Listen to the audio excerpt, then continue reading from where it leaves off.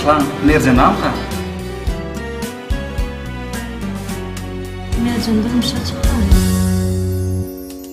Geçmeyen bolly günlerim, ağlap kör bolly gözlerim, diş bolly bu arzularım, senin sevgin sebepli.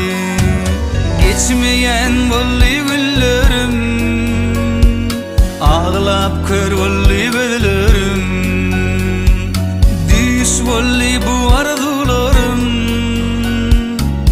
yalan sevgin sebepli.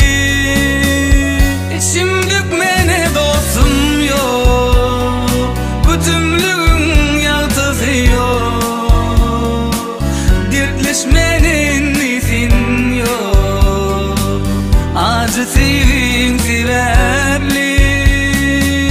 İçim dökmene dostum yok, bütünlüğün yaltısı yok, dertleşmenin nisin yok, acı sevgin sebepli.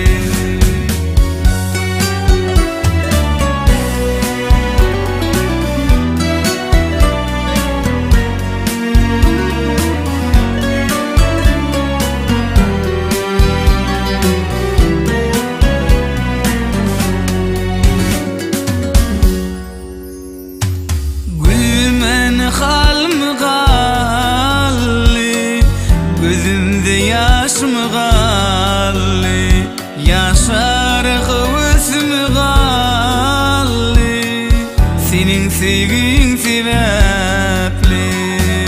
Gülmen halm galli, gözümde yaş mı galli, yaşar hıvısım galli, ah senin yalan sevginden içim dökmene dostum yok, bütünlüğün yaltısı yok, dertleşmenin nisin yok, acı sevgin sebepli.